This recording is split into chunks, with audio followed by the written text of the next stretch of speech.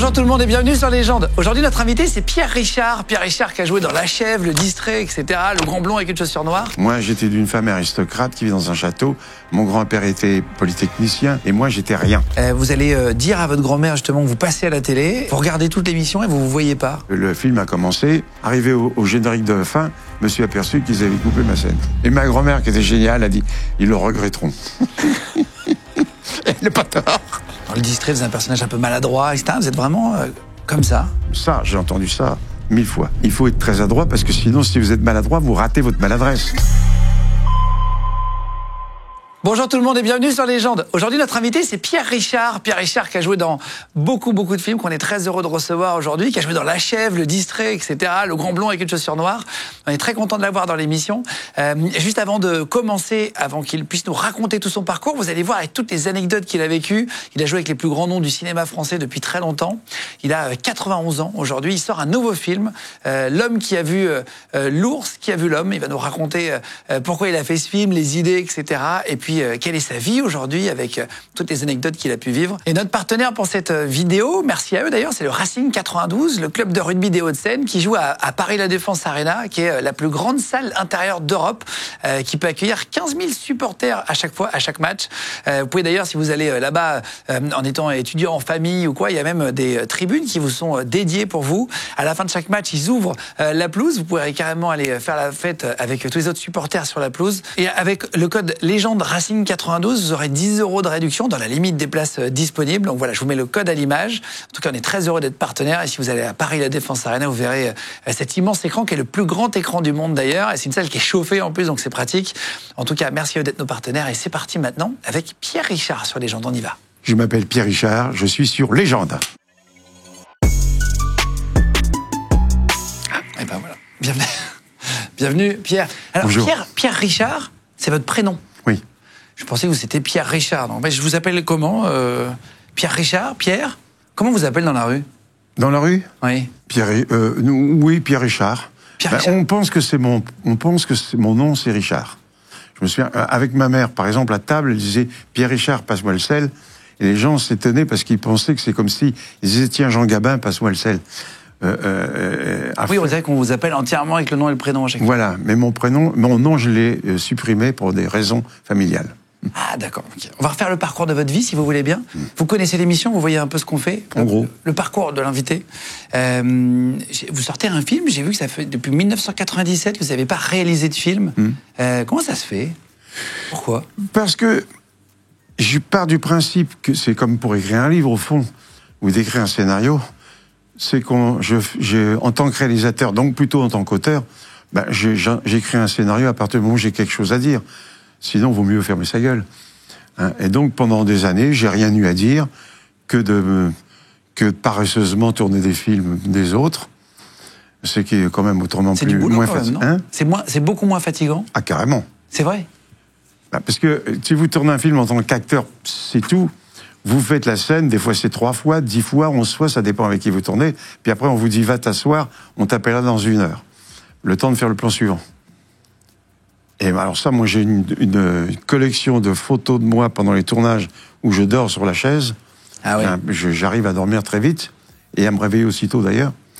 Tandis que si vous êtes réalisateur, non seulement on joue, mais en plus, après, on dit à l'acteur, va te reposer, mais moi, je me repose pas parce que je pense au plan suivant. Donc, on ne se repose jamais. Jamais. En plus, on est le premier levé pour penser au tournage et on est le dernier couché pour penser au tournage. C'est une épreuve physique assez importante quand même pour un garçon de mon âge. Dès qu'il y a des problèmes, en plus, techniques, je sais pas, le temps qui n'était pas prévu, machin, c'est le stress. Oui, tiens, voilà qu'il pleut, c'est foutu. Voilà qu'il y a toujours des problèmes à résoudre. Là, vous avez fait L'homme qui a vu l'ours qui a vu l'homme. Oui. Vous tournez avec Gruissant, j'ai vu que c'était vous avez une maison là-bas, vous habitez à Paris, vous avez une maison là-bas. Une maison viticole même. C'est quoi l'histoire du film? J'ai vu que c'était une histoire vraie, il y a une histoire avec un boucher à un moment donné, vous rentrez, vous êtes copains. Parce que, oui, je vous interromps, alors que je vous écoutais avec beaucoup d'intérêt. Donc, continuez. Non, parce que j'ai vécu j'y vais souvent, tous les ans. Ça fait bien 45 ans. Le village, je le connais. Les gens, je les connais. Et j'ai connu dans ce village des gens auxquels je ne m'attendais pas avant d'arriver dans la campagne. Je pensais qu'avec les Parisiens de rigolo, je peux vous dire que c'est rien à côté des villageois. Les villageois, j'ai connu par exemple ce boucher. Qui est dans le film. Hein, qui est dans le film. Enfin, il est plus là, lui, parce que malheureusement, il a décédé, sinon il aurait pu être là. Ceci dit, il faut se méfier, parce que souvent, les gens sont drôles dans la vie, puis dès qu'il y a une caméra, ils se figent. Mais en tout cas, j'ai pris un acteur du Midi. Je voulais pas d'acteurs parisiens qui font une semblable de parler comme ça, alors qu'ils ne parlent pas du tout. Et le boucher, pour en revenir à lui, c'était un fou, mais alors quand je dis fou, c'est le cas de le dire, de Johnny Hallyday. Et c'est comme ça que, presque au début, il m'a dit, viens me voir, viens me voir. Il m'a emmené dans la chambre froide, et dès qu'il a ouvert la porte de la chambre froide, en entendant que je t'aime, il coupait ses quartiers de viande pendant Hallyday. Je me souviens, il m'a dit, vers le 12 juillet, oh, tu as vu, Johnny passe le 14 août à Béziers, tu peux pas avoir des places. Je lui trouve des places, je téléphone à Johnny, j'ai des places, et tout, je l'emmène. Et à partir de là, tous les jours où j'allais à la boulangerie, il me faisait, plus que 14 jours. Et plus que 9 jours. Et plus que 3 jours. Puis alors là, l'avant-veille, j'étais dans un état épouvantable. Tellement il était, complètement.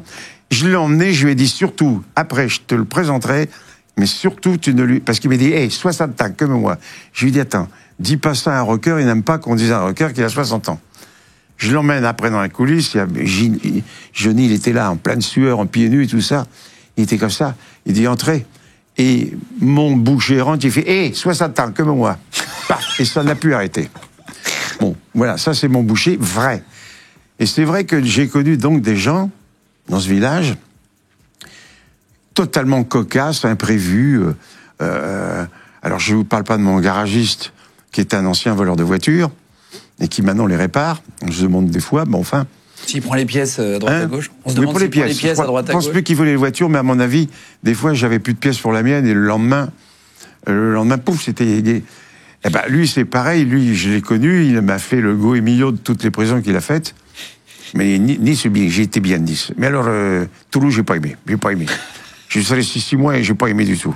Alors, par contre, Nîmes, bien. Bon, j'ai dit, je le quitte plus. Hein. Ça m'a coûté cher en pastis parce que il fallait quand même que je boive un peu pour. Normalement, on fait boire quelqu'un pour le faire parler. Moi, il fallait que je boive des pastis pour arriver à lui faire parler. Hein. Parce que sinon, il se méfiait de moi si je bois pas. Vous êtes vraiment comme ça, comme dans les films, dans le distrait, vous êtes un personnage un peu maladroit, etc. Vous êtes vraiment comme ça. Ça vient d'une part de vrai. Non, maladroit, je suis pas du tout maladroit. Au contraire, je suis très adroit, particulièrement adroit même. Parce que si vous voulez jouer les maladroits au cinéma, il faut pas l'être. Ouais. Il faut être très adroit parce que sinon, si vous êtes maladroit, vous ratez votre maladresse. C'est-à-dire qu'un maladroit, si je veux faire tomber un verre, on voit bien que je regarde avant pour pas me tromper et le faire tomber. Tandis que moi, je sais qu'il est là et je peux faire ma maladresse avec sincérité. Avec justesse. Avec justesse. Par contre, distrait, oui. En fait, vous avez été tellement juste dans le rôle du maladroit qu'après, vous avez du mal à en sortir. Les gens vous imaginez tellement là-dedans, dans la vraie vie, je veux dire. Quand ils vous croisez dans la rue, ils vous prenaient pour le personnage du film. Et plus pour la distraction. C'est une question qu'on m'a posée 10 000 fois. Et dernièrement, d'ailleurs, j'ai pris un taxi. Et le taxi me dit, monsieur Richard, ils sont contents quand je suis dans le taxi. Et monsieur Richard, puis à un moment donné, il me dit, est-ce que je peux vous poser une question? J'ai dit oui. Il dit, est-ce que vous êtes aussi distrait dans la vie que dans vos films? Ça, j'ai entendu ça 1000 fois. D'ailleurs, je fais un spectacle en ce moment là-dessus. Et j'ai dit non, monsieur, je suis distrait dans un film, le distrait. Les autres, je suis maladroit, je suis, si vous voulez, paumé, tout ce que vous voulez. Le seul film où je suis distrait, c'est comme si vous demandez à Lino Ventura, est-ce que vous tuez toujours des gens? Mais non, c'est dans le film, mais c'est... J'ai dit non. Ah, il me dit tant mieux, parce que je suppose, me dit-il, que c'est dans la vie, ça doit pas être facile d'être distrait. Mais je dis, je suppose aussi. J'ai dit juste, ouais. Et là-dessus, je descends, je rentre chez moi, j'ouvre la porte du hall de l'immeuble, et à peine rentré, j'entends cogner à la porte, je me retourne, il était là, hé, vous avez oublié votre valise. Ouais. Voilà. Ça m'a joué les pires tours dans ma vie. Mais vraiment. C'est comme quoi? C'est quoi le truc? Vous avez vraiment été le plus distrait de votre vie? Si vous avez vraiment une galère dans votre vie, parce que vous aviez la tête ailleurs, Mais je l'ai tout le temps ailleurs, sauf qu'on pense qu'un distrait, c'est quelqu'un qui ne pense à rien, alors qu'un distrait, c'est quelqu'un qui n'a pas les mêmes essentiels qu'un autre. Moi, mon essentiel, c'est le rêve, je suis distrait pour les choses basiques qui vous intéressent pas, quoi. Qui m'intéressent pas. Et comme il y a tellement de choses dans la vie qui m'intéressent pas, je suis souvent ailleurs. Il y a quoi qui vous intéresse? Quelles sont vos passions? Moi, je regrette qu'on vive pas 300 ans. Quand j'avais 12 ans, je rêvais d'être Geronimo. Je voyais les films d'Indiens, Geronimo. Après, Geronimo, j'ai rêvé de Geronimo. Et puis après, c'est Tarzan qui a pris sa place. La forêt, la vie avec les animaux dans les arbres. Il me restait ça, d'ailleurs dans mon film on voit ça, ma passion pour les arbres et ma passion pour les animaux, l'ours notamment. J'ai toujours été chercher comme ça des rêves qui me dispensent de faire attention au quotidien. C'est pas évident pour les gens qui vivent avec moi d'ailleurs. Vous êtes né en 1934 à Valenciennes, noté, famille bourgeoise, dans un château, vous avez grandi. Ouais. À quel moment vous voyez que vous avez un don comique? Quel moment? À quel moment vous vous rendez compte que vous avez un don comique? Dites là, j'ai quelque chose de différent. Mais je crois que je m'en suis jamais aperçu. Ce que je fais le mieux, c'est ce dont je ne m'analyse pas. Oui, je vois pas le rapport avec le château, ceci dit. Ah oui, parce que vous dites le château... Non, on va refaire la vie, là, on repart de votre enfance, mais pour comprendre un peu Bon, j'ai vécu dans un château... c'est pas grand. Je connais pas beaucoup de gens qui ont vécu dans un château, ou alors faut remonter à 1789. Moi, j'étais d'une famille aristocrate qui vit dans un château. Mon grand-père était polytechnicien, mon oncle était polytechnicien, mon cousin était polytechnicien, et moi, j'étais rien. Mais j'ai vécu comme ça, c'était pas des années, mais quelque temps dans le château, avec des images curieuses. Des fois, il y avait personne parce qu'ils étaient partis. J'étais dans la grande salle à manger avec Robert, le maître d'hôtel, qui était derrière moi, qui disait « Monsieur Pierre-Richard, voulez-vous encore un peu de soupe ?» Il n'y a pas grand monde qui ont connu ça. Incroyable. Ouais. Il n'y a pas grand monde. Alors là-dessus, je vous parle comme ça de petits éléments anecdotiques, mais... C'est quotidien, quoi. Mais du quotidien, et c'est quand même un quotidien curieux. Et j'ai connu... alors vous savez, à l'époque, dans le grand monde, les petites filles, on disait... Oh, notre petite fille va jouer du piano à la fin d'un repas. Alors, les petites filles se mettaient à jouer plus ou moins bien, des fois affreusement du Mozart. Bon. Et puis là, moi, c'était autre chose, j'étais garçon. Ma mère m'avait appris la tirade du nez de Cyrano de Bergerac. Et donc, des fois, dans le château, la grande salle à manger, une quinzaine d'invités, ma grand-mère disait, notre petit-fils va... Et moi, j'étais derrière la porte, dans le couloir, marbré, avec Robert, le fameux maître d'hôtel. Et finalement, je me retrouvais sans savoir qu'un jour je ferais ça, et j'aurais été vraiment loin de le savoir, puisque j'avais quoi, 11 ans, 12 ans. Eh bien, finalement, j'avais les mêmes tics que j'aurais eu plus tard en tant qu'acteur, c'est dire à Robert, comment ils sont aujourd'hui derrière la porte. Puis tout à coup, boum, j'ouvrais la porte, et c'est un peu court, jeune homme. C'est des trucs qu'on vit plus maintenant. C'est ça, un peu la vie de château. En même temps, ça m'amusait pas plus que ça. Hein. Et la vie a vachement changé. J'étais serré. Moi, j'ai que 40 ans, mais la vie a vachement changé déjà. Complètement. Dans la rue. Alors après, je me suis mis à aimer le jazz avec les copains. On a même monté un orchestre. Alors moi, m'étais échu la trompette parce que les autres savaient autre chose. J'ai acheté une trompette, je répétais en la bouchant du fond de ma tourelle au deuxième du château pour qu'on entende. Et on a fini par avoir un contrat. Alors j'ai le petit-fils de Failly, De Failly, c'est mon nom. Le petit-fils de Failly. Et on a fini par un contrat, et alors ça m'a obligé, à 11h du soir, quand tout le monde dormait, mes copains m'envoyaient des coups de phare de l'autre côté du mur du château. Moi, avec mon radiateur, j'ai dit j'ai compris.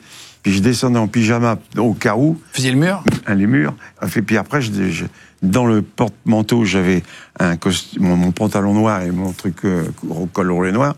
Et puis ensuite, je me glissais le long du mur. Fallait que j'évite les gardiens avec son chien, mais je connais. Et puis je montais sur le mur. J'ai toujours monté très vite les murs. Et je descendais sur le capot de la voiture et j'allais du jazz jusqu'à 2h du matin. Vous aviez un gardien avec un chien autour de la maison? Ah ben la nuit, oui. Il y avait un gardien qui faisait le tour de la propriété. C'était énorme, la propriété. C'était pas un petit jardin. Incroyable. Puis après, j'ai connu le contraire, parce que en même temps, ça c'était quand même une chose bien. J'avais un grand-père italien, aussi un grand-père italien, un grand-père aristocrate, celui dont je vous parle, et puis j'avais un grand-père italien immigré, qui s'appelait Argimiro Paolassini. Ah ça, c'était mon Dieu. Vous êtes né en 34, donc quelques années après, il y a la Seconde Guerre mondiale. Oui. Vous allez la vivre. Oui. Vous allez fuir, vous allez faire quoi? Ça va être quoi votre mouvement et votre famille à ce moment-là? Là, il y a eu un moment où c'était les plus belles années de ma vie. Je m'excuse. Pendant la guerre? Hein? Pendant la guerre? Parce que mon grand-père italien nous emmenait avec ma mère. Elle était séparée de mon père. Hein. Elle m'a emmené avec ma mère dans un petit village de la Bourgogne qui s'appelait Tanlay. Et à Tanlay, j'ai vécu au fond, je ne sais pas si vous avez lu Tom Sawyer. Non. Et Huckleberry Finn. C'est un livre merveilleux. Derrière, je ne peux plus dire les noms de l'auteur. Et j'ai vécu ça parce que finalement, là-bas, dans ce petit village, j'étais pieds nus tout le temps, pas de chaussures. Je pouvais aller dans les ronces, dans les épines, n'importe où, dans les bois. J'étais pieds nus. J'avais un petit mouton avec qui j'avais donné le biberon. Et du coup, il me suivait comme un chien. Et avec mon grand-père italien, j'allais à la pêche dans le canal de Bourgogne pour pêcher. Mais là, c'était pas pour le pêcher, pour le plaisir, c'était pour pêcher, pour manger. Et donc, j'ai vécu cette vie de petit sauvageon. J'étais donc en totale liberté. Et quand la France a été libérée, c'est là qu'on m'a mis en pension. C'est-à-dire que c'est le contraire. Moi, quand la France a été libre, moi... Vous n'étiez plus. J'étais en tôle. J'ai entendu qu'un soldat nazi vous avait donné du chocolat. Oui, c'était dans l'entrée du village. C'était mon premier Allemand, si je puis dire. Ils étaient deux sur une moto, un sidecar. Puis j'ai dit, mais qu'est-ce que je foutais là, j'en sais plus. Au début du village. Et la moto s'est arrêtée. Et il y en a un qui est sorti de sa moto, qui m'a offert une tablette de chocolat, puis qui est reparti. Bon, c'est pas un événement ce que je raconte. Hein. Non, mais vous l'avez mangé? Mais non, parce que ma mère là-dessus est arrivée. Elle était folle de terreur et en même temps de colère après moi. Elle a pris le chocolat, elle l'a lancé en l'air, elle m'a donné une claque en disant « N'accepte jamais ». Parce qu'à l'époque, on pensait peut-être que Ils empoisonnaient, non? C'était du chocolat empoisonné. Voilà. C'était vrai, cette rumeur? Il y avait des soldats qui empoisonnaient les enfants? Non. Non. Non, mais je crois pas. Je dis pas que c'était des anges. Hein. En tout cas, là, non. Mais c'est parce que c'est l'imagination des gens. Par contre, j'ai connu à Paris, c'était pendant la guerre, je promenais mon petit chien tous les matins avant d'aller en classe. J'avais quoi? 10 ans. J'étais tout blond, tout bouclé. J'étais mignon. Ouais. Et je prenais mon petit chien, et j'habitais près de Pigalle. Et là, en prenant mon chien, il y avait une péripatéticienne qui m'adorait. Je parle pas sexuellement. Peut-être, elle est avec mes cheveux blonds et tout ça. Elle me dit, tu vas bien, tout ça. Et chaque fois, elle m'offrait une tablette de chocolat. Elle me dit, c'est mon fiancé qui me l'a offert. C'est après que j'ai compris que le fiancé, ça devait être un officier allemand qui lui donne du chocolat après ses prestations. Et donc, de temps en temps, chaque fois que je la rencontrais, elle me dit, tiens, c'est une tablette de chocolat. Et pour toi, mon fiancé. C'est un autre fiancé. Et puis là aussi, quand la guerre s'est arrêtée, quand les Allemands étaient chassés, pendant 15 jours, évidemment, j'ai plus de chocolat. Puis un beau jour, je l'ai rencontré, elle m'a dit, tiens, c'est du chewing-gum. C'est mon fiancé. Mon fiancé. Elle avait changé de copain, c'était un Américain. Oui. Les Américains distribuaient des chewing-gums après. Voilà. Et du coup, avec le chewing-gum, j'étais le roi de la classe. Hein. Parce que le chewing-gum, ça fascinait les gosses. Hein. C'était un truc... la Jeep et les Jeeps et le chewing-gum. Et le chewing-gum, monsieur, en classe, je mâchais du chewing-gum, tout le monde était là, avide, et je leur passais mon voisin qui, toute la rangée, passait le chewing-gum, puis je le revenais après. Ah oui? Oui. C'est une autre époque. Hein. C'était une autre époque. Et vous vous rappelez des attaques aériennes, du bruit, de tout ça, de la guerre ou... Oui, des fois, on avait la sirène. J'habitais rue Condorcet. Rue Condorcet, c'est dans le 9e, pas loin de Pire. Et de temps en temps, dans la nuit, on entendait des sirènes hurler, et tout le monde redescendait en pyjama, comme il était, dans la cave. Et on entendait boum boum, mais finalement, Paris n'a pas été ravagé comme certaines villes, comme Caen, Le Havre, je sais pas. ou Caen. Le Havre, je suppose. Non, je sais pas où venaient les boum boum, mais enfin, ça m'est arrivé avec ma mère de se planquer en dessous, dans les caves, en pyjama. Vous n'aviez pas peur dans la rue à l'époque? Ça paraît irréel aujourd'hui. C'est à 80 ans. Non, non. Là, ce que je vous raconte, c'est des choses drôlatiques. Maintenant aussi, j'ai vécu des choses que j'ai compris après, qu'il était moins drôlatique. Mon petit voisin, j'étais au lycée Rollin, 9e, avenue de Truden. J'étais là, et mon meilleur petit copain, de droite, il était frisé, mais pas blond, noir, les grands yeux noirs et tout frisé, et il avait un brassard, parce qu'ils étaient obligés de porter, tous les juifs étaient obligés de porter un brassard. Et puis un beau jour, le lundi, il n'était pas là, le mardi non plus, le mercredi non plus, et le professeur a dit, mes enfants, il ne reviendra plus. Mais à l'époque, c'est pas 10 ans qu'on comprend ce qui s'est passé, c'est après. Et après, j'ai compris qu'il est jamais revenu, parce qu'à mon avis, il a dû finir à quelconque camp de concentration. Là, je vous raconte des choses dramatiques de la guerre, mais il y en avait qui l'étaient moins. Mais c'est la vie, il y a des choses. C'est la vie, on vit tous des trucs drôles. Et c'est pour ça que c'est intéressant de comprendre aussi. Vous disiez, vous êtes parti après en pension, après la guerre? Je ne savais pas ça. Oui, à partir de là, on m'a mis en pension à Albert Demain, je me souviens, de 3-4 ans. Et puis après, quand j'ai été dans le Nord, pour retrouver la famille du Nord, un peu avant mon bac, parce que justement, il fallait que... J'étais aussi à Notre-Dame. D'où on retrouve ça dans mes films, dans mon dernier film. J'aime pas qu'on mette les oiseaux en cage. Voilà. J'étais un oiseau, mais on m'a mis en cage beaucoup. D'ailleurs, je vivais paradoxalement. Pendant la guerre, les pensions, il faisait froid dans les dortoirs. On mangeait très très mal, mais mal au point qu'on préférait pas manger. On rangeait sans serviette, le papier, pour pas tellement ça sentait mauvais. Et donc j'ai mangé de la merde pendant 6 jours, et le 7e, je mangeais du foie gras chez mes grands-parents. Oh là là. Oui, je passais de l'un à l'autre. J'ai toujours passé de l'un à l'autre. Et pourquoi vous êtes parti en pension après la guerre? Parce que on voulait absolument que je fasse des hautes études, mais mon grand-père voulait... Ils étaient tous polytechniciens. Alors, il a repris en main mon destin d'étudiant, et il a fallu... J'ai profité. C'est le seul intérêt d'une famille de parents divorcés, c'est que j'ai divisé pour mieux régner. Parce que vos parents étaient divorcés oui. À l'époque. Pierre-Richard Defailly, au lieu d'aller au lycée Wallon, Valenciennes, il est rentré dans une salle de cinéma. Je savais pas ce que j'allais voir, du tout. Je m'en foutais, ce que je voulais, c'était surtout pas aller au lycée. Et pas me promener dans la rue, parce qu'il y a toujours quelqu'un, le petit-fils de Failly, tiens, on l'a vu, bon, bref. Alors j'étais au fond de la truc, j'ai enfoncé comme ça. Et j'ai vu un certain acteur que je connaissais pas, du tout, parce que j'étais pas dans une famille qu'on allait dans le cinéma, qui s'appelle Danny Kaye, qui était une énorme star américaine de l'époque, qui était grand, blond, qui chantait, qui dansait, et qui était très drôle et qui était émouvant. Danny Kaye. Et là, j'étais en extase devant ce monsieur, carrément, et j'ai dit, j'ai compris, c'est ça que je vais faire. C'est marrant. Voilà, pour répondre en un film, pour avancer vos... pour comprendre le parcours. Pour comprendre le parcours, vous m'avez dit, qu'est-ce qui vous a donné? Danny Kaye est la première personne qui, tout à coup, m'a révélé ce que j'avais envie de faire. Après, c'est comme ça que j'ai décidé, après mon bac, de rentrer sur Paris avec ma mère, et voilà. Parce que vous faites assez peu d'interviews, vous parlez assez peu de vous, finalement. Certains comédiens n'aiment pas parler d'eux pour comprendre le personnage. Mais en fait, j'ai vu que vous étiez... C'est pas que j'aime ça, mais si je suis avec vous, c'est bien que je vais bien bouger de répondre à vos questions. Je fais pas ça tous les jours. Hein. Non, mais c'est parce que j'ai essayé de chercher sur des interviews, mais c'était pas très clair. J'ai vu que vous étiez musicien dans un bordel vers 12-13 ans.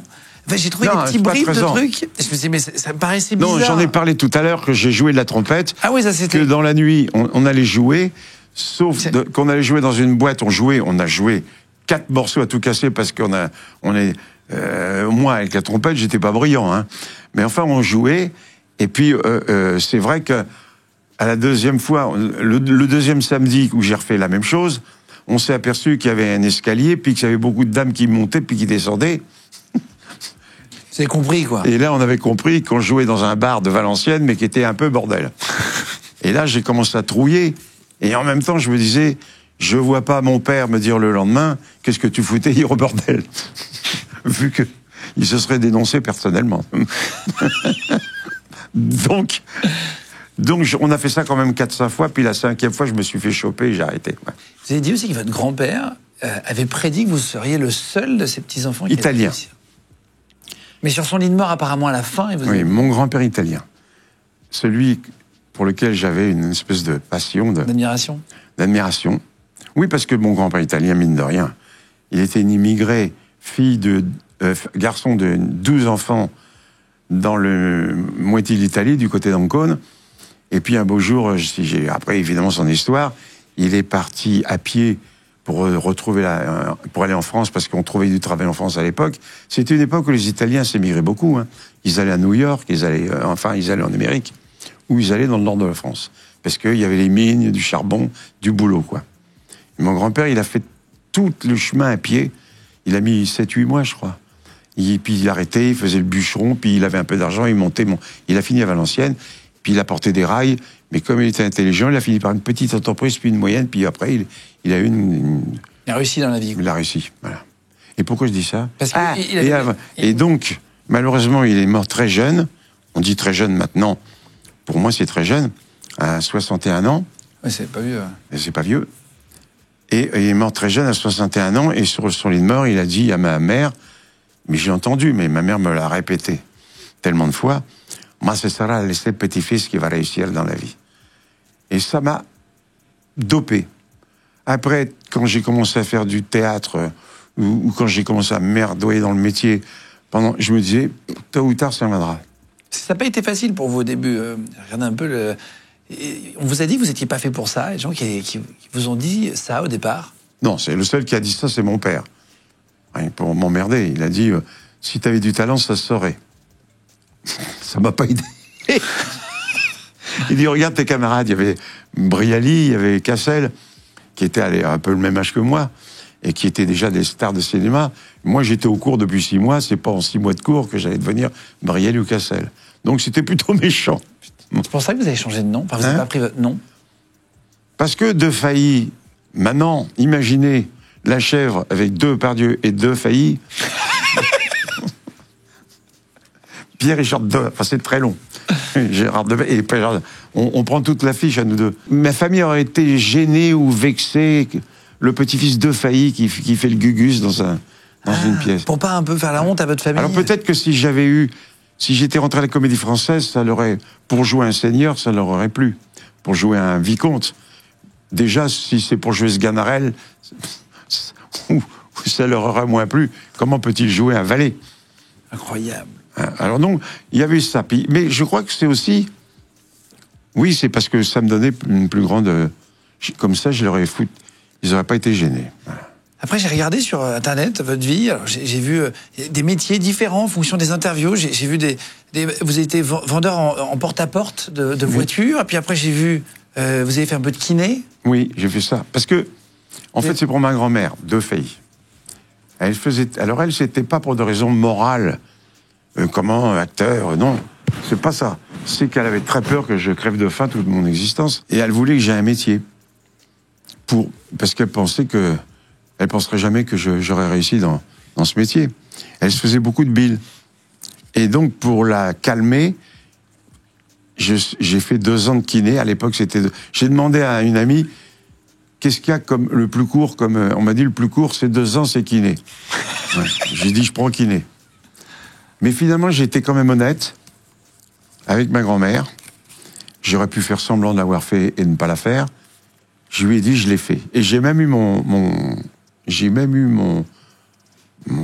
certificat de kiné. Après, j'ai tout de suite abandonné et ça. C'était juste pour avoir des bagages pour rassurer grand-mère. Pour rassurer ma grand-mère. Après, vous avez fait une émission de télé. Vous êtes pris dans le début des années 60. J'ai trouvé le théâtre de la jeunesse, ça s'appelait.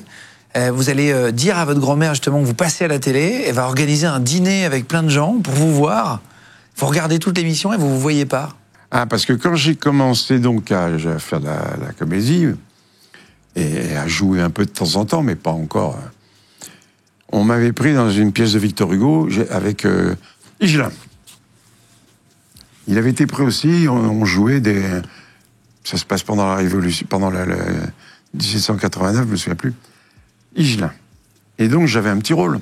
Et quand j'ai dit ça à ma grand-mère du côté italien, elle était folle de joie. Mon premier rôle formidable. Elle a disait à tout l'immeuble, mon petit-fils va jouer il jouait dans Victor Hugo à Rouen, c'est bien. Et puis, elle a invité au moins toute la famille le dimanche à 15h, parce que je passais à 15h et tout, c'était un truc formidable. Pour elle, j'ai fait les courses avec elle, elle n'arrêtait pas de dire à la bouchère, vous savez qu'il va passer à la télévision après. Elle disait à la boulangère, vous savez qu'il va passer. Moi, j'étais gêné comme tout. Et puis, donc, dîner de famille, puis à 15h, on était devant la télé, le petit salon, tout ça. Et puis, le film a commencé. Et puis, on attendait. Ça passait. Moi, j'ai commencé à m'inquiéter, mais j'ai dit, tiens, c'est bizarre, il me semble que c'était là, ma scène. Non, c'est peut-être plus tard. Enfin, total, arrivé au générique de fin, je me suis aperçu qu'ils avaient coupé ma scène. Oh la vache. Pour l'horreur. Et ma grand-mère, qui était géniale, elle s'est levée, elle a dit, ils le regretteront. Elle n'a pas tort. Après, vous allez faire un film culte, Le Distrait, on en parlait tout à l'heure. Ouais. C'est votre premier film. Ça va être un succès énorme. Mais à l'époque, comment ça se représente un succès énorme? Aujourd'hui, il y a la télé, il y a Internet, on voit des extraits partout. À l'époque, comment vous le voyez tout de suite que c'est un succès? Est-ce que dans la rue, ça se voyait parce qu'il y avait peu de films, il y avait peu de chaînes? Est-ce que c'était différent? Ben justement, c'est beaucoup plus facile avant. Ah oui? Quand même. À condition que le film soit intéressant. Parce que l'avantage du cinéma à l'époque, c'est que la concurrence de la télé était beaucoup moins grande. Je ne parle pas de Netflix, qui est un véritable bourreau pour le cinéma. Il n'y avait pas ça. Et donc, ça se jouait... Moi, je n'étais pas connu dans le Distrait. Il y avait Bernard Blier, qui est un énorme acteur, mais qui n'était pas ce qu'on appelle un acteur de... on appelle ça... il n'est pas sur... On ne fait pas un film sur son nom, mais c'était un grand, prodigieux acteur. Et puis moi, pas du tout connu. L'intérêt, par contre, je sortais au Concorde. Alors déjà, le Concorde, à ce moment-là, il n'y avait qu'une salle. Donc, il n'y avait pas d'autres films à côté. Cinéma, ouais. On ne sait pas, tiens, on voit ça. Deuxièmement, surtout, à l'époque, c'est pas parce que vous faisiez une première semaine médiocre qu'on vous retirait des salles. Et laisser le temps, parce que maintenant... On laissait le temps aux bouche à oreille. On laissait le temps aux bouche à oreille de se faire. Et si, même le Grand Blond, il n'a pas démarré sur le chapeau de roue. Il a bien démarré, mais pas sur les chapeaux de roue. Mais on laissait le temps au bouche à bouche de se faire. Au bouche à oreille, pas bouche à bouche. Oui, ça c'est autre chose. Ça c'est pour redémarrer quand ça vraiment... Et donc, il n'a pas dû faire une énorme première semaine, mais on l'a pas retiré de salle, et puis ça commence à se savoir, et finalement c'est devenu un succès. Maintenant, c'est l'horreur. À 11h30 du matin, à la première séance, on dit c'est mort. Ouais. Direct. Première parce séance, que vous savez qu'on vous retirera des salles. Ouais. Si on vous en retire la semaine suivante, vous en ferez encore moins. Vous en ferez encore moins la troisième, et au bout de 5 semaines, elle est terminée. Il n'y avait pas ça avant. Ça vous stresse quand il y a une sortie de film? Oui, forcément ça stresse. C'est pour ça, peut-être aussi, j'en faisais plus. Je me suis dit, j'ai pas envie d'être stressé. Parce que le dernier film que j'avais fait, il n'avait pas marché du tout. D'ailleurs, il faut dire, j'ai cherché. Ça s'appelait Droit dans le mur, ça j'y ai été. Avec un titre pareil. Bon. Et c'est vrai que maintenant, il y a des séances à 9h30 du matin, je ne sais pas où, et on vous dit, c'est foutu. Quel enfer, putain. Un enfer. On a eu Thierry Ardisson ici, vous étiez allé dans son émission il y a très longtemps. Oui. Et vous lui avez dit, de toute façon, je mourrai en faisant ce métier. Vous avez parlé de retraite, etc. Il y a déjà une bonne vingtaine d'années. On me parle toujours de ma retraite, moi. On vous a toujours parlé de votre retraite? Il y a 15 jours, il a 14 ans, il est très fatigué. Il va travailler que la moitié du temps. Alors, ça m'a énervé. J'ai répondu, je suis peut-être très fatigué, mais je présente mon film dans toutes les villes. C'est vrai, j'en ai fait plein, c'est un succès même. Là, j'ai fait que des avant-premières géniales. Je présente mon film, je suis en train de répéter mon spectacle, et ensuite, je vais faire un film au début de l'année. Je dis, mais alors, maintenant que le journal m'annonce ça, du coup, j'ai compris, j'annule tout, et je file à l'hôpital. Ça, j'ai fait un malheur. Mais je l'ai pas fait pour ça, mais j'ai fait un malheur. Ben oui, parce que c'est plusieurs fois, on m'a annoncé ma mort, même. Ah bon? Oui. Oh oui, plusieurs fois, 3 fois au moins. Je sais pas pourquoi. Comment vous l'apprenez?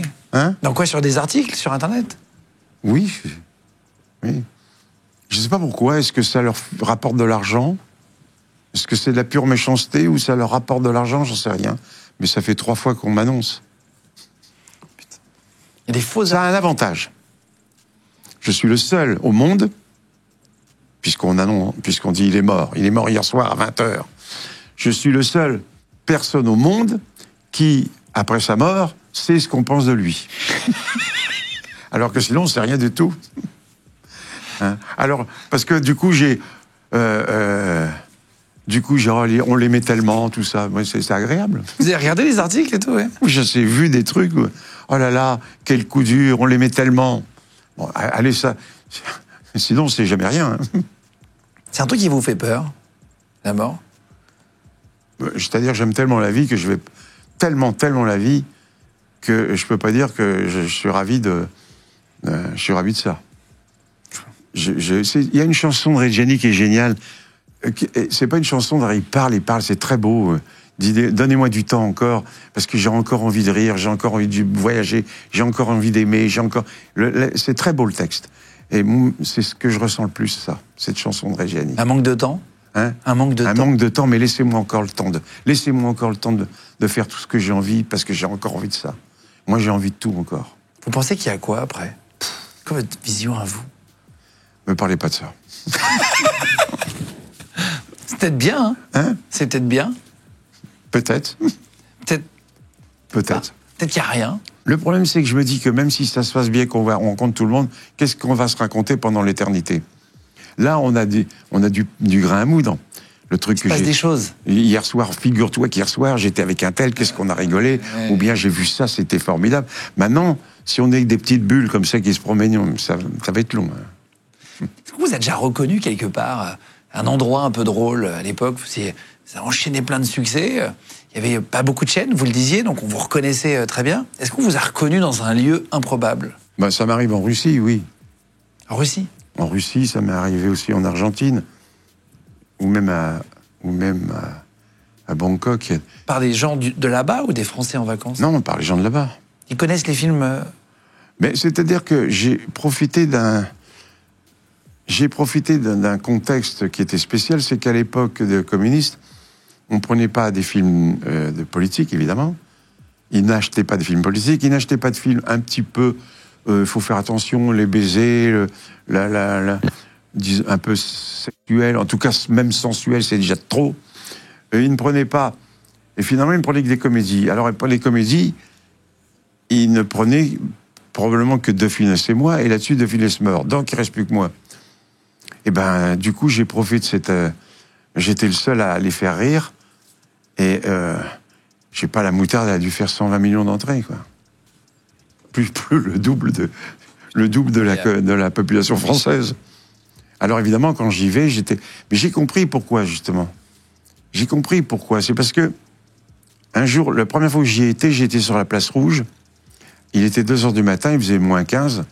Et j'ai dit à mon comment on dit, interprète.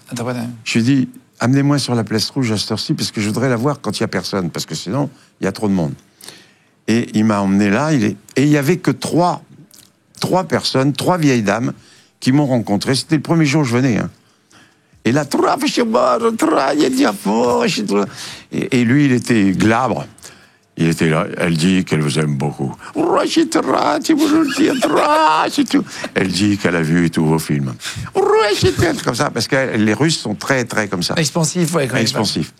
Et mon traducteur, au contraire, c'était un peu Pitoev, qui était un acteur français qui était russe. Très, très comme ça. Et puis, à un moment donné, je dis, mais qu'est-ce qu'elle dit là? Et elle m'a dit, parce qu'elle me touchait, et elle a dit que vous étiez leur petite lumière dans le tunnel noir. Ça correspondait au communisme, et elle disait, vous étiez la petite lumière dans leur tunnel noir. Et je crois que c'est ça où ils m'en ont gardé une reconnaissance, le peuple russe. C'est incroyable. Il y avait des fans qui étaient trop encombrants à l'époque. Des fans qui étaient trop encombrants, qui... Bon, faut pas exagérer non plus. Qui montaient chez vous. Je suis pas Marilyn Monroe. Non, mais à l'époque, ça aurait pu arriver. Oui, non, mais c'est un peu arrivé, mais... Non, justement, ça m'est arrivé à Buenos Aires, ça m'est arrivé à Bangkok, à Hong Kong, Finalement, qu'est-ce que je fous en France? Non, non. Est-ce que votre plus gros fou rire dans un film, est-ce que vous avez eu un vrai fou rire sur un tournage? Ouais, c'est plutôt au théâtre que je... Parce que le théâtre, il faut surtout pas rire. Donc là où il faut surtout pas rire... Les enterrements? Les enterrements, moi, c'est dramatique pour moi. En plus de ça, parce que je le cherche pas, mais comme... Je le cherche pas. Mais c'est là où alors là, je me surpasse. C'est comme à l'école, quoi. Il faut pas rire, que la prof te regarde, oui, en et t'as pension. mal parce que tu sais qu'elle te regarde, la prof. En pension. Au fond, les fous rires, on les a. Les vrais fous rires, on les a là où il faut pas les avoir. Ouais. En pension, hein, sinon on est puni le jeudi et en plus si on est pensionnaire, les plus beaux fous rires que j'ai eus, c'est pendant la pension. C'est vrai que ça. Alors les enterrements, ben faut pas. S'il y a un petit truc qui cloche. Un jour, j'ai fait le tour du cercueil comme tout le monde, c'est en faisant ça là, avec le goupillon. Hein, et puis comme là, c'est quand même un beau truc de distraction. Un peu d'eau bénite. Oui, ben la bénite. Et puis là-dessus, je l'ai mis dans ma poche et j'ai été me ranger. Et là, tout le monde est en train de chercher. C'est moi qui l'avais mis dans ma poche. Bon, là, remarquez que là, le fou rire, je l'ai eu qu'après, mais pas sur le moment. Votre père vous a dit que vous n'aviez pas de talent. Est-ce qu'après il est revenu quand il y a eu du succès? Est-ce qu'il est revenu vous voir pour s'excuser, pour dire tiens, Non, il est revenu me voir. Bravo. Parce qu'il a bouffé toute la fortune. Mon père a passé sa vie à jouer aux courses et au casino. Et je l'ai totalement perdu de vue. Et un jour, en sortant de la Galerie 55 avec Victor Lanoux, avec mon partenaire de l'époque. C'est un duo à l'époque, ouais. Hein, en sortant de la Galerie 55, il était à la sortie. J'ai dit, c'est gentil ça, mon père qui... J'étais pas encore connu à cette époque, hein, puisque sinon, la Galerie 55, et il m'a demandé si je pouvais lui prêter de l'argent. Ouais. Putain. Il est gonflé, quand même. Incroyable. On a l'impression que tout le monde vous aime. Quand j'ai dit qu'on vous recevait, tout le monde me dit « Ah, mais il est génial, il est sympa et machin ». Est-ce que vous avez eu des gens qui vous aimaient pas? Oui. La critique, non. Le masque et la plume. Les critiques de films? Ouais, mais au début, j'en ai souffert un peu, parce que parfois, oui, il écarquille les yeux et il arrête pas de tomber. Je me souviens dans Le Masque et la Plume, justement, il y a une femme qui a dit « Ça fait 15 ans qu'il passe son temps à tomber. » D'abord, j'avais que 5 ans à tout casser ou 6 ans de cinéma, donc c'est pas depuis 15 ans. Et puis maintenant, on y retrouve. Les chutes, c'est pas, ça veut rien. Une chute, ça veut rien dire, sauf que c'est à part une signification. La chute, c'est de se relever, et de se relever avec l'espoir, se relever avec le... ça veut dire quelque chose, les chutes. D'ailleurs, tous les comiques font des chutes. Keaton, Chaplin... ils avaient la... Oui, alors des fois, j'en ai souffert. Vous trouviez ça injuste? Oui, au début, puis maintenant, je m'en fous. Et puis surtout, maintenant, quand même, on a changé de... Je vais dire pas tout le monde, hein, mais ça a beaucoup changé sur le point de vue des gens de la presse ou du cinéma à mon égard, quand même. Ouais, ça s'est inversé. Enfin, vous voyez, c'est plus sympa. Avec l'âge, c'est quoi d'ailleurs? Avec les années? Je sais pas parce qu'ils se disent le pauvre vieux, non, c'est pas... Non, mais dans le sens, maintenant il y a une vraie carrière, il y a plein d'années, ils peuvent plus le nier. Bah, je sais pas. Vous leur demanderez. Est-ce qu'à l'époque, il y avait des soirées? Est-ce que le monde était plus fou? Est-ce qu'il y avait des soirées où vous étiez invités, des soirées un peu folles? C'était différent. Mais je pense que la société, quand même, était plus facile avant. Maintenant, elle devient terrifiante, d'ailleurs. Pardon, vous voyez bien ce qui se passe en ce moment. Et il y avait une plus grande inconscience, peut-être, ou insouciance, il y a 60 ans que maintenant. C'était l'époque où il y avait les films américains, c'était les films de danse, Jane Kelly, ça c'était la joie, la musique, la musique de jazz joyeuse. La musique de jazz, elle a même pris aussi elle n'a plus rien à voir. Le jazz de l'époque a plus rien à voir avec celui d'aujourd'hui. Celui d'aujourd'hui est plus sombre, j'aime bien le jazz. Hein. Mais tout est plus dur, donc ça se ressent sur les films ou sur les livres. À l'époque, je dis pas qu'il n'y avait pas de la pauvreté, hein, je suis pas en train de dire, Mais il y avait quand même une plus grande facilité d'existence, quand même. Maintenant, je trouve que c'est dur. Et je me fais beaucoup de billes pour l'avenir. Pour les générations qui arrivent. Pas pour moi, mais pour mes petits-enfants. Ne serait-ce que l'urgence climatique, tout le monde s'en fout. Non, j'exagère. Mais il n'y a pas assez de gens qui s'en préoccupent, en tout cas. Et surtout pas les gens du pouvoir, encore moins. C'est intéressant parce que c'est pas... j'ai l'impression que chaque génération a peur pour la génération d'après. Oui, parce qu'on sent bien que ça se dégrade un peu, puis un peu de plus en plus. En tout cas, en ce qui me concerne. Moi, j'étais un citadin. Et puis voilà, 45 ans, j'achète ma propriété viticole. Donc pour la première fois de ma vie, je regarde le ciel, je regarde la pluie, je regarde la terre, et je regarde mes vignes. Faut regarder le monde, quoi. Je regarde un peu le monde. Et pour la première fois, et là, je me suis aperçu en 40 ans que de plus en plus, les conditions climatiques sont de plus en plus dangereuses, graves. Maintenant, par exemple, ça fait 2 ou 3 ans qu'il ne pleut pas pendant 3 mois. C'est pas normal. Et puis quand il se met à pleuvoir, il pleut trop. Vous parlez du sud de la France, oui. Pas du nord non, je parle du sud de la France. Et nous, il a limite plus que d'habitude. Cette année, c'était épouvantable. Il y a plus de 17 000 hectares de feu. Je les ai vus de ma fenêtre. Et je m'aperçois que de plus en plus, les gens qui cultivent auront de plus en plus de mal parce qu'il y a de moins en moins d'eau. Et là où il y en a de trop, par contre. C'est intéressant d'avoir des conseils de la génération du dessus. Vous en avez eu, on va dire des générations de vos parents, des grands-parents, etc. Vous donnez quoi comme conseil à vos petits-enfants? Intéressant d'écouter des générations qui ont vu le changement, qui ont vu tout ça. Ben moi, j'ai vu le changement. Mais je veux pas non plus trop les affoler, mais parce que alors je vais dire, vous savez, c'est foutu pour vous. Hein, mais moi, je le pense un peu. C'est vrai? Moi, je suis un pessimiste joyeux. Un clown triste? Non, justement. Je suis un clown pas triste, mais je suis pessimiste. Je suis un pessimiste joyeux.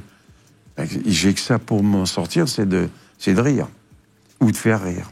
Vous avez été ami avec plein de gens qui ont des noms, ils sont des légendes aujourd'hui. Est-ce que vous arrivez quelque chose de marrant avec Johnny Hallyday? Ouais, beaucoup. Est-ce que vous avez une anecdote un peu drôle de Johnny? On s'est bien connus, on s'est... Mais drôle, c'est pas amusant, mais c'est pas pareil que drôle.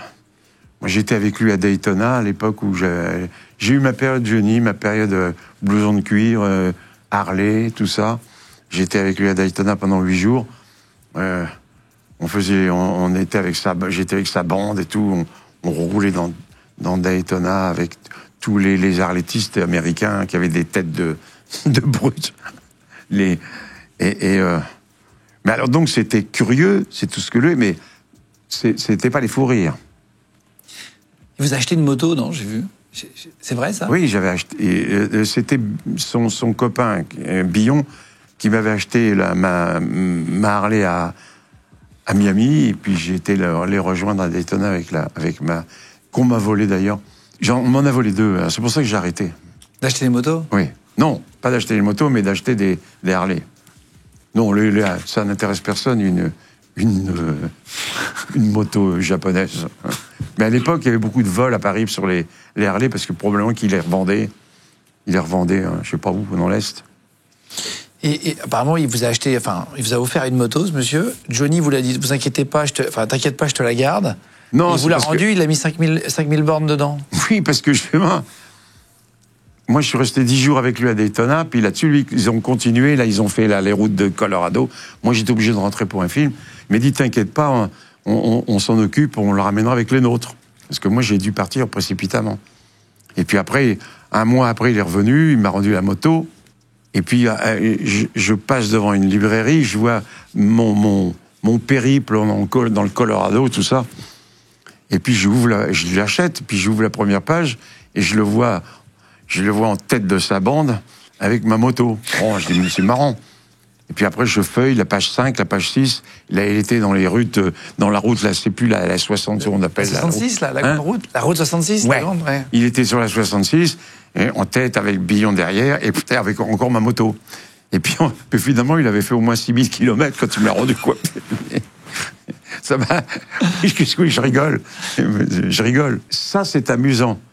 Les grands fous rires que j'ai pu avoir, puisque vous parlez de fous rires, c'est avec les comédiens avec qui j'ai joué qui étaient ingérables. Et drôles, donc. C'est-à-dire Depardieu, quand on a fait La Chair, les 3 films ensemble, nous, on a pris 10 kilos, mais le metteur en scène, il en a perdu 10, lui, hein, Weber.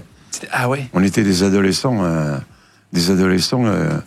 en mal de rigolade. Hein. On avait des bouteilles partout dans les fourrés, parce qu'on savait dans le fourré, on était là pendant la prise. Après, on avait du saucisson parce qu'ils voulaient pas qu'on mange, et on avait du saucisson sur les fauteuils. On s'est bien amusé. Vous buviez des coups pendant le tournage? Ah, ouais, bien sûr. Et puis, mais le plus ingérable, peut-être, c'était Carmé.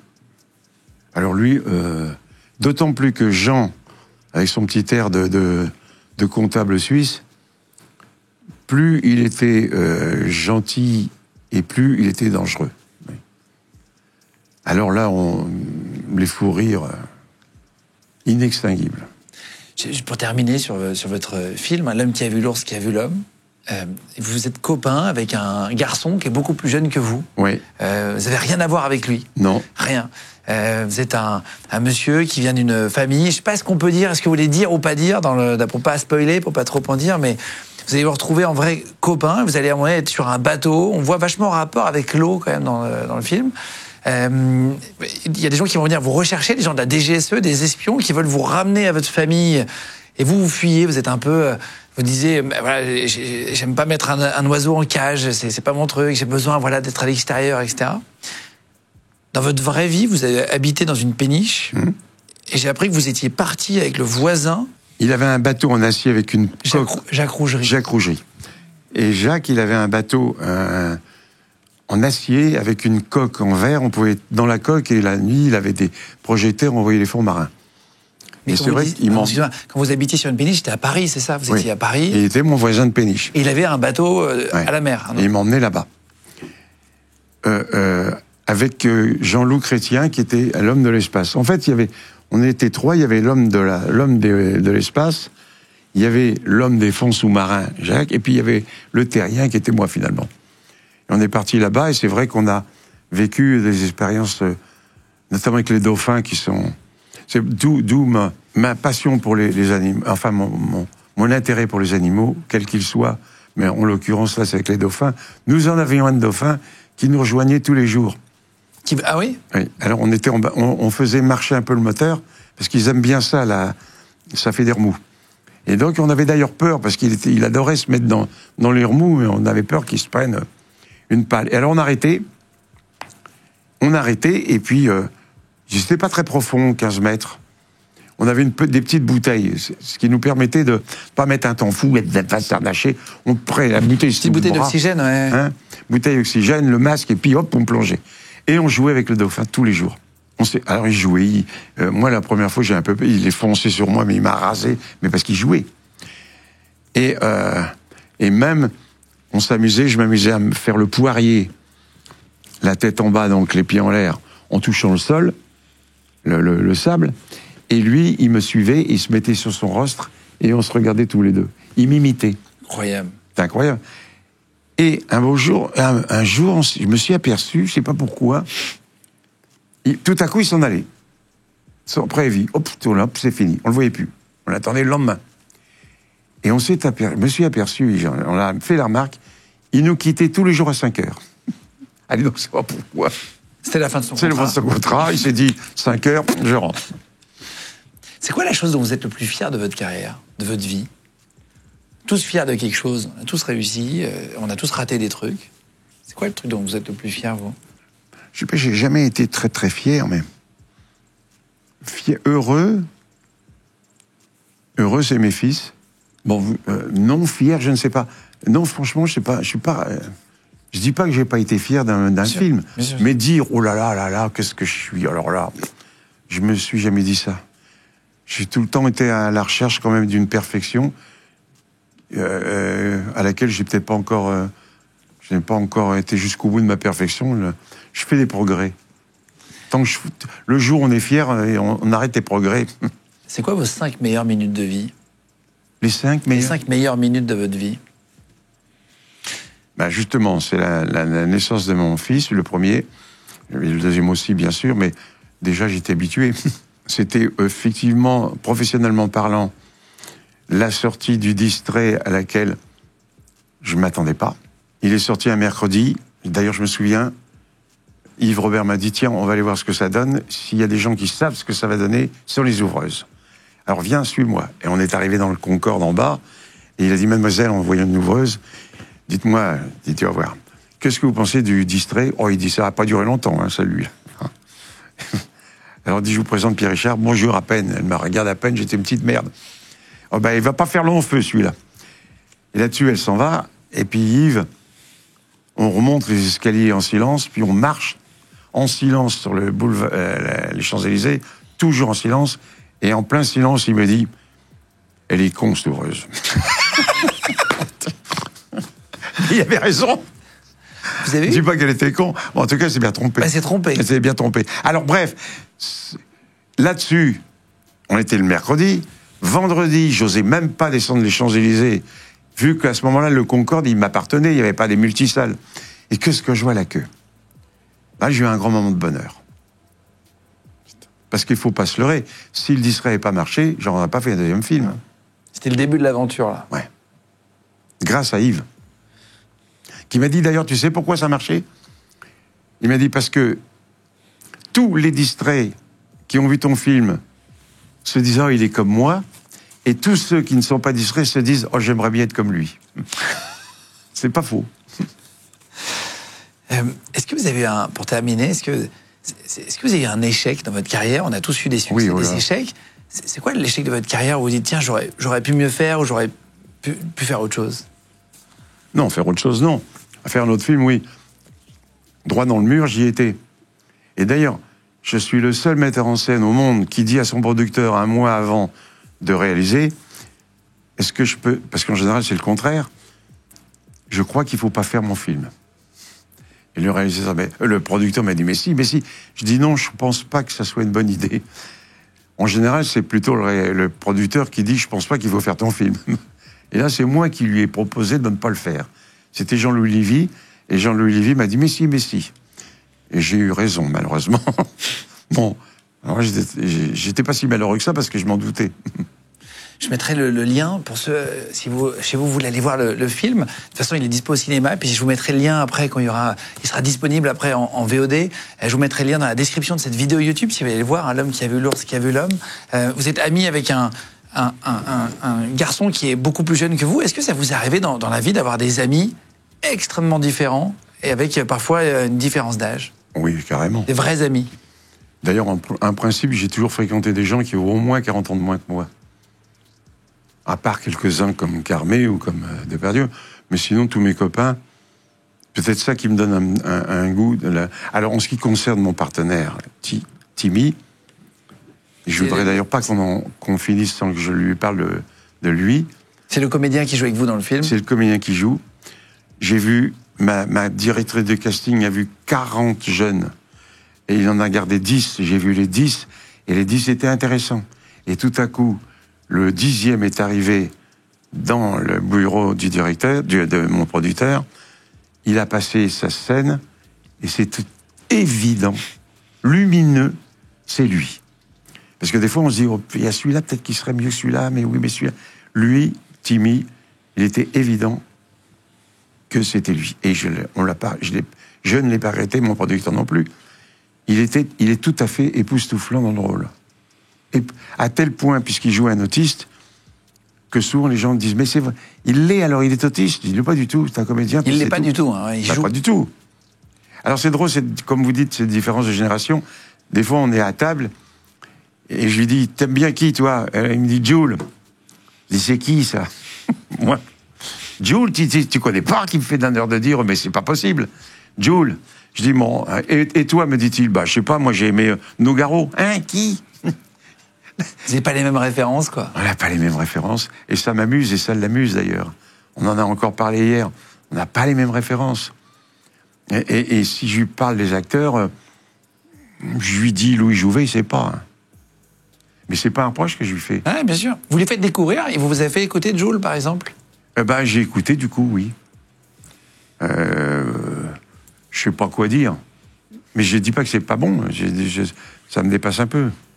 Et vous l'avez fait écouter, vous, vos musiques? Il reconnaît quand même que les textes de Nougaro sont quand même plus beaux que ceux de Joule. Mais c'est pas ça le problème. C'est le rythme, c'est la... Enfin, moi, j'aime bien la musique aussi, hein, mais j'aurais pu être danseur, d'ailleurs, mais il s'est trouvé que je... Vous auriez pu être kiné, vous auriez pu être vigneron, vous auriez pu être pas mal de choses. Oui, j'aurais pu être pas mal de choses. C'est un film qu'on peut aller voir en famille? Ah oui. J'ai vu hier, on a fait une projection hier à Le Mans. Il y avait 500 personnes, une grande salle. Il y avait beaucoup de jeunes. À la fin, je parle avec les gens, et il y avait pas mal de jeunes qui me posaient des questions, ça m'a fait plaisir. Bon, les gens riaient énormément. Ça, c'est ma joie. Qu'est-ce qu'on peut vous souhaiter pour terminer? Qu'est-ce qu'on peut vous souhaiter avant de partir, avant de terminer l'émission? Je vous dis, c'est la chanson de Jerry Gianni. Je veux encore le temps de vivre, je veux encore le temps d'aimer, je veux encore le temps d'aller voir des gens drôles, je veux encore le temps d'avoir des cons. D'ailleurs, les cons, ça repose.